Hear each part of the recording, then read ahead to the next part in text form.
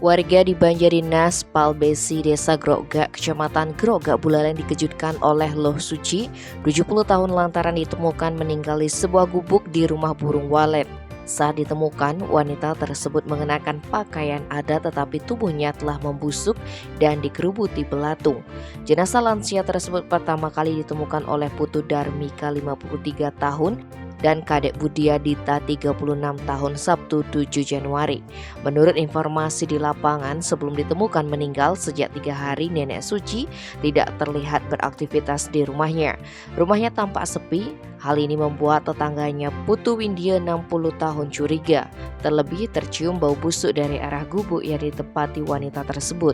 Windia lalu meminta Putu Darmike dan Kadek Budia Dita memeriksa ke dalam gubuk sekitar pukul 19 WITA. Saat pintu kamar didobrak, mereka mendapati tubuh Nenek Suci sudah menghitam dan dikerubuti belatung tergeletak di lantai. Melihat hal itu, Putu Darmika segera melapor kepada Babin Kantimas dan Babinsa serta Perbekal Desa Grogak. Kasihumas Polres Buleleng, AKP Gede Sumarjaya mengatakan diduga korban meninggal karena sakit.